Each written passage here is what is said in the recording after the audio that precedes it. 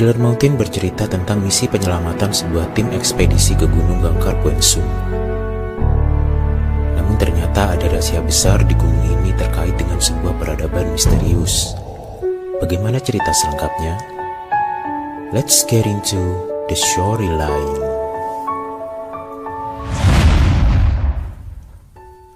Gangkar Puensum yang berketinggian 7.570 mdpl merupakan gunung tertinggi di Bhutan, sebuah negara di Asia Selatan. Nama Gangkar Puensum memiliki arti puncak putih tiga saudara spiritual. Sejauh ini, belum ada seorang pun yang pernah menjejakkan kaki di puncaknya. Masyarakat sekitar tidak berani mendaki gunung ini. Mereka menganggap gunung ini sangat keramat dan dilarang untuk didaki. Namun di balik larangan-larangan itu, ada saja celah untuk dilanggar, sehingga masih ada yang lolos dan bisa mendaki ke gunung itu. Salah satu orang yang bisa menembus larangan itu adalah Walter Barton. Dengan koneksi yang didapatnya, ia bisa melanggar larangan-larangan yang berlaku. Dia mengirim sebuah tim ekspedisi ke sana. Namun 3 jam yang lalu timnya yang ada di base camp melaporkan telah hilang kontak dengan tim ekspedisi itu. Barton memutuskan untuk mengirim misi penyelamatan. Ia mendatangi Ward Donovan.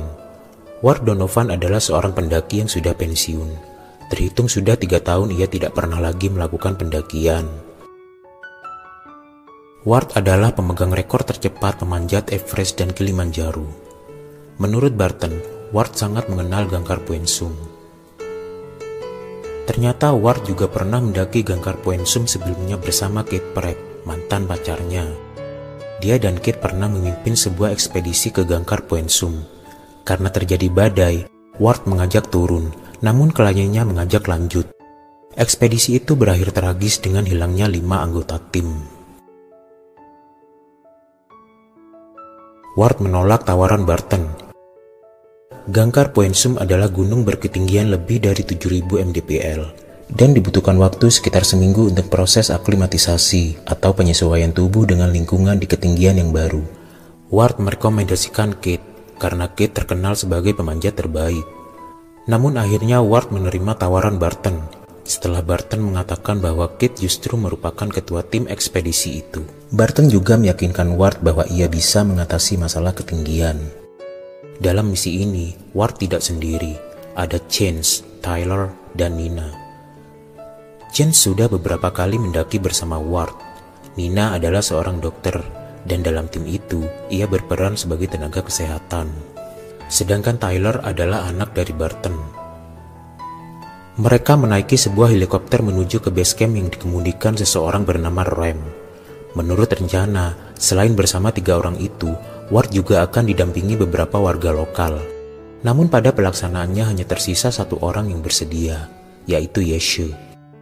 Ward dan Yeshe ternyata sudah saling mengenal. Yeshe pernah mendampingi Ward pada pendakiannya di Everest tahun 2003.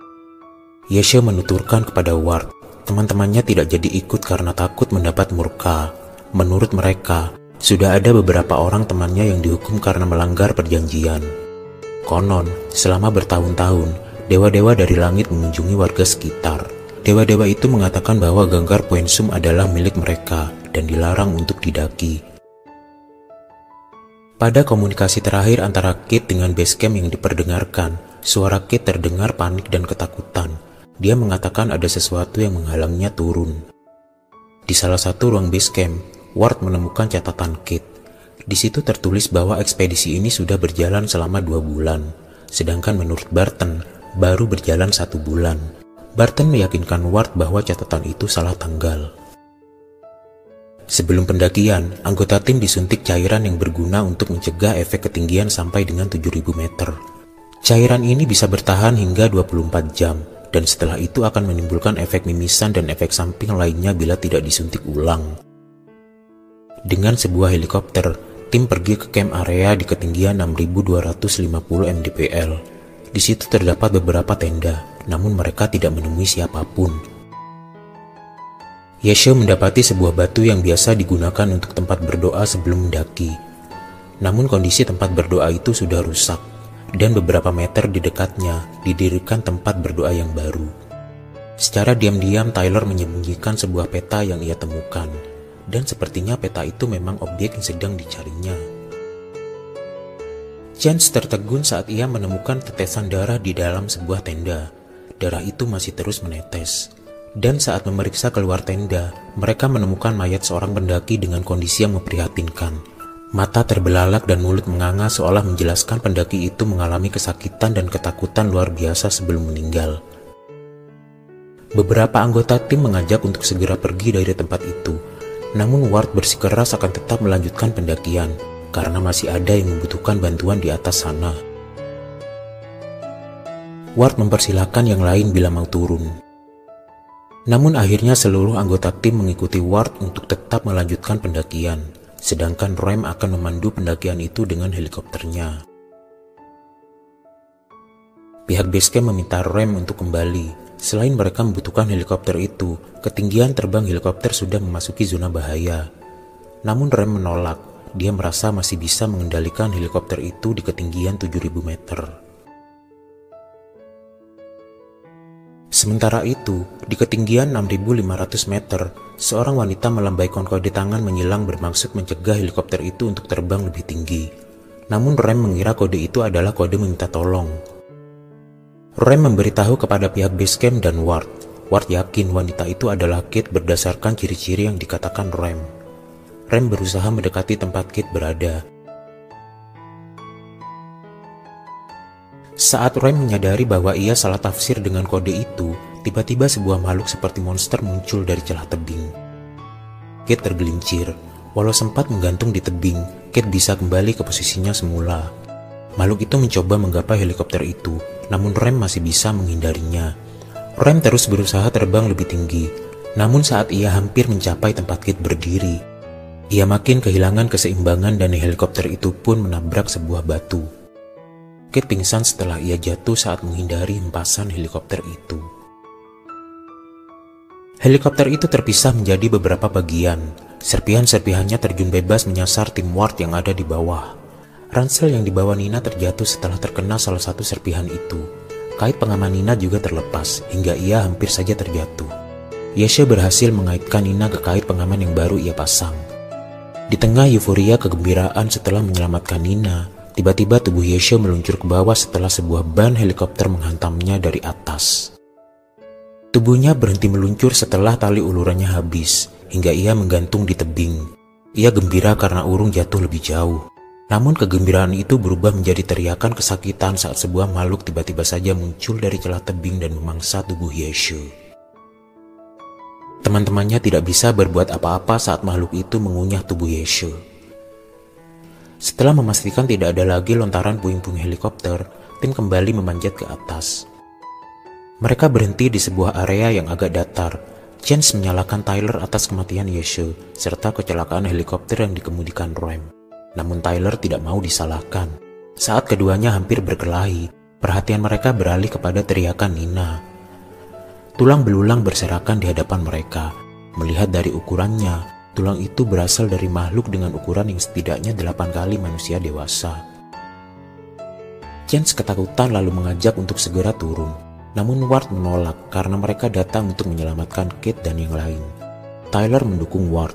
Sementara Nina menyayangkan ranselnya yang jatuh karena suntikan itu ada di sana. Dan itu artinya mereka hanya punya waktu 8 jam sebelum otak dan paru-paru mereka meledak. Ward membesarkan hati Nina bahwa insiden itu bukan kesalahannya. Sementara di atas sana, Kate terbangun dari pingsannya. Dia memeriksa kondisi sekitar dan mendapati separuh badan helikopter yang masih bertengger di tepi jurang. Kate masuk ke badan helikopter itu. Dia mendapati Rem masih hidup. Dari beberapa perbincangan mereka, Kate mendapat informasi bahwa Ward kini tengah ada di gunung itu. Saat Kate coba menyelamatkan Rem, badan helikopter itu bergeser ke sisi jurang. Lalu kemunculan monster di sekitar badan helikopter itu membuat benda itu benar-benar terjun ke dasar jurang. Di tengah badai salju, tim Ward masih melanjutkan pendakian. Mereka tiba di camp area lain yang posisinya berada di lereng Bukit Terlarang. Bukit Terlarang merupakan area paling terlarang di Gangkar Poensum. Di sana ada sebuah tenda. Saat menemukan bahan peledak, Chance bertanya kepada Tyler apa yang dilakukan orang-orang yang dikirim ayahnya di sini. Tyler menjawab ia tidak tahu apa-apa.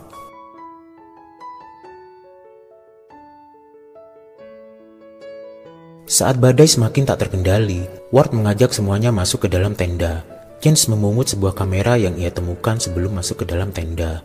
Video dalam kamera itu memperlihatkan apa yang dilakukan orang-orang Barton di tempat itu. Mereka meledakkan sebuah spot di sana untuk mendapat jalan masuk menuju goa yang terdeteksi di sonar. Namun setelah ledakan itu, muncul monster yang mengamuk dan video itu pun dihentikan. Semua mengarahkan pertanyaan kepada Tyler. Tyler menjelaskan bahwa di tahun 1954, seorang penjelajah Inggris bernama Charles Witherby menghilang di gunung itu. Sebelum kematiannya, ia mengatakan telah menemukan sesuatu yang penting, yang akan mengubah dasar-dasar peradaban manusia. Charles berbicara mengenai sebuah peradaban bernama Shambhala. Kabarnya, penemu Shambhala akan mendapat jaminan kekayaan dan pengetahuan yang tak terbatas. Tyler menunjukkan sebuah peta. Menurutnya, Barton telah menghabiskan banyak biaya dan membuat banyak musuh untuk benda itu. Di tengah perbincangan yang semakin memanas, perhatian mereka teralihkan oleh tenda yang bergoyang kencang. Saat melihat keluar, ternyata monster itu muncul dari belakang tenda. Mereka lari ke sebuah gua yang mereka temukan. Namun nahas, Nina yang masuk belakangan disambar seekor monster saat ia masih ada di mulut gua. Di dalam gua itu, mereka menemukan tumpukan kerangka manusia serta bahan peledak. Tyler mengenali kerangka-kerangka itu adalah pekerja ayahnya. Kate yang berada di dasar jurang mendapati ia kini tengah berada di sekitar sarang monster itu. Dilihatnya rem sudah tidak bergerak sekedar menunjukkan tanda-tanda kehidupan. Dengan hati-hati, Kate mencari jalan keluar dari sana. Namun ia urung melakukannya dan memilih bersembunyi di balik jasad Rem karena seekor monster mendekatinya. Makhluk itu tidak mendeteksi keberadaan Kate. Tim yang kini hanya tersisa Ward, Chance, dan Tyler berjalan menelusuri goa itu. Chance melanjutkan interogasinya kepada Tyler mengenai tujuan Barton yang sebenarnya. Apa yang membuat ini begitu penting sehingga Barton mempertaruhkan nyawa anak buahnya? Tyler mengatakan bahwa ayahnya terkena tumor otak. Barton tengah sekarat dan hidupnya diperkirakan tinggal sebulan lagi. Barton mengabdikan hidupnya untuk obat-obatan dan telah menyelamatkan banyak nyawa. Dan kini ia tengah menderita penyakit yang sulit disembuhkan. Dan jika mereka menemukan obat di bawah bebatuan di sana, bagi Tyler itu sia-sia. Chance menghentikan interogasinya, lalu mereka lanjut menelusuri goa itu. Mereka mendapati beberapa struktur yang mereka yakini sudah ada sejak ribuan tahun silam. Di dinding goa juga terdapat beberapa buah lukisan yang meyakinkan mereka bahwa semua ini tidak mungkin berasal dari peradaban manusia di bumi. Saat tengah melakukan penelusuran, perhatian mereka tertuju pada sebuah benda. Setelah mengamati lebih seksama, ternyata itu adalah badan helikopter. Ya, badan helikopter yang ada Kate di dalamnya. Evakuasi Kate dari helikopter itu pun berlangsung dramatis. Mereka memanfaatkan beberapa buah suar guna mengalihkan perhatian monster-monster yang ada di sekitar benda itu. Hingga akhirnya Kate bisa terselamatkan. Di tengah usaha penyelamatan Kate, Tyler memilih untuk kembali menelusuri tempat itu. Dia berdalih hendak mencari jalan keluar. Tyler menemukan beberapa buah embrio yang masih terbungkus. Itu adalah embrio dari monster yang ia temui sebelumnya. Ternyata tempat ia berada kini adalah sarang dari monster itu. Tempat itu juga terhubung dengan dasar jurang tempat helikopter itu jatuh. Tyler terus merambah tempat itu hingga pandangannya tertuju pada sebuah tempat. Ia takjub sambil bergumam. Shambhala. Sebuah peradaban kuno yang tersembunyi. Shambhala yang menjadi incaran banyak orang. Kekaguman Tyler teralihkan saat sebuah monster kecil menggigit kakinya. Dia menginjak lalu memungutnya. Makhluk kecil itu adalah bayi monster. Makhluk itu menggigit tangan Tyler. Ia menusuk makhluk kecil itu dengan sebuah pisau hingga tangannya berlumuran darah dari makhluk itu. Ajaibnya, luka bekas gigitan itu berangsur sembuh setelah dilumuri darah makhluk itu. Ternyata darah dari makhluk itu adalah apa yang disebut dengan air mancur pemuda. Tyler memeras darah makhluk itu kemudian ia tampung ke dalam botol air minumnya. Ia melanjutkan dengan mengambil bayi-bayi monster yang lain yang masih terbungkus. Kemudian ia ambil darahnya. Di tengah aktivitasnya, muncul puluhan bayi monster lain yang kemudian merubungi dan menggigitnya. Sementara di base camp, Barton kedatangan beberapa orang tamu. Mereka adalah tentara yang mengaku dari kerajaan Bhutan dan dikomandoi Kapten Kelden. Sebelum mereka turun dari kendaraannya, Barton memerintahkan timnya menyembunyikan segala hal terkait yang tengah mereka lakukan di sana. Barton mengatakan kepada mereka bahwa apa yang ia lakukan di tempat itu merupakan organisasi damai dan bertujuan memberikan bantuan medis. Namun Kapten Kelden tidak percaya begitu saja. Ia memerintahkan anak buahnya memeriksa tempat itu. Kapten Kelden memergoki Barton saat ia tengah coba menghubungi Tyler. Ternyata Kapten Kelden mengetahui fakta bahwa Barton pernah membeli sebuah peta yang dilelang oleh seorang kolektor di Beijing setahun lalu. Peta itu menunjuk ke satu tempat yang dianggap sakral.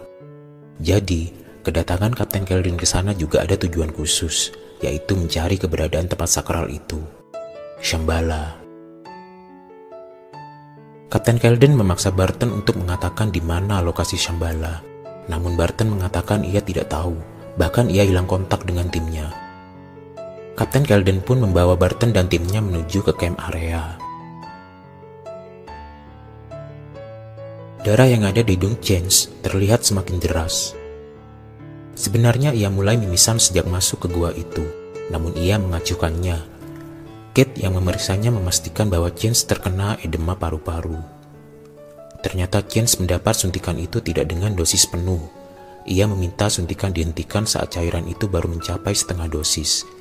Dan menurut Tyler, hal itu tidak akan menjadi masalah. Chance meyakinkan mereka bahwa ia bisa bertahan. Teriakan Tyler mengundang mereka mendatangi asal suara. Mereka mendapati tubuh Tyler sudah dikerubuti puluhan bayi monster. Tak ada yang bisa mereka lakukan selain menyelamatkan diri. Namun Chance ambruk saat mereka hendak lari. Dia meminta Ward dan Kate pergi meninggalkannya. Ward dan Kate berusaha membawa Chance, namun ia bersikeras agar mereka pergi saja. Mereka pun pergi dan beberapa saat kemudian tubuh Chance dikerubuti makhluk-makhluk kecil itu. Kedua orang itu pun menuju pintu goa. Sebelum keluar dari goa, mereka menyeting bahan peledak yang mereka temukan. Setelah peledak itu disetting sedemikian rupa, mereka keluar kemudian meledakkan goa itu. Ward dan Kate turun menuju camp area. Di sana, Ward dan Kate mendapati Barton dan timnya tengah ditawan di bawah ancaman senjata. Kapten Kelden kembali memaksa Barton memberitahu di mana lokasi Shambhala. Barton masih bersikeras bahwa kedatangan mereka ke sana adalah untuk misi kemanusiaan. Kapten Kelden memberi kode, lalu anak buahnya menembak salah satu tim Barton. Ward hendak keluar dari persembunyiannya untuk menolong Barton dan tim, namun Kate mencegahnya. Mereka bersenjata dan keluar dari tempat persembunyian saat ini untuk melawan mereka, sama saja mengantarkan nyawa. Kapten Kelden kembali memerintahkan anak buahnya menembak anggota tim Barton, saat lagi-lagi ia tidak menemukan jawaban darinya. Namun pelatuk senjata urung ditarik saat Barton mengatakan bahwa Shambhala berada di area bukit terlarang. Namun Kapten Kelden malah menyuruh menghabisi seluruh anggota tim Barton, sedangkan Barton masih ia tawan. Lagi-lagi Ward hendak membantu dan Kate mencegahnya. Dari pengamatan Kate, mereka sudah siap mendaki saat fajar. Ward dan Kate akan menunggu hingga malam nanti, untuk kemudian meninggalkan tempat itu. Malamnya, mereka menyelinap untuk membebaskan Barton, namun Kapten Kelden memergoki mereka. Dia memaksa Ward dan Kate menjadi pemandu pendakian. Kate memperingatkan agar mereka lebih baik turun saja. Tiba-tiba saja muncul monster yang membuat mereka kocar-kacir. Ward, Kate, dan Barton bersembunyi. Namun seekor monster menyambar tubuh Barton. Monster itu mengamuk dan menumpahkan bahan bakar yang ada di dalam tong. Kapten Kelden dan anak buahnya menembaki makhluk itu. Namun tembakan itu ada yang mengenai lampu listrik yang tengah menyala, sehingga memantik percikan api yang kemudian menyambar tumpahan bahan bakar. Api dengan cepat merayap dan menimbulkan kebakaran di camp area itu. Kapten Kelden pun tak luput dari kobaran api. Tubuhnya bergerak kesana kemari sebelum akhirnya meregang nyawa akibat kobaran api yang melalapnya. Sementara anak buahnya sudah ludes menjadi sasaran amukan monster itu. Ward menumpahkan semua bahan bakar yang masih tersisa, hingga nyala api semakin membesar. Monster itu pun tak berdaya karena dikepung api yang kemudian membakar tubuhnya. Setelah dirasa aman, dia mengajak Kate meninggalkan tempat itu. Mereka berencana kembali ke Colorado, tempat Ward tinggal saat ini. Di sana, ia akan merekomendasikan Kate untuk menjadi instruktur tambahan di sebuah sekolah pendakian milik temannya. Dan film pun selesai. Demikianlah storyline dari film Killer Mountain. See you and take care.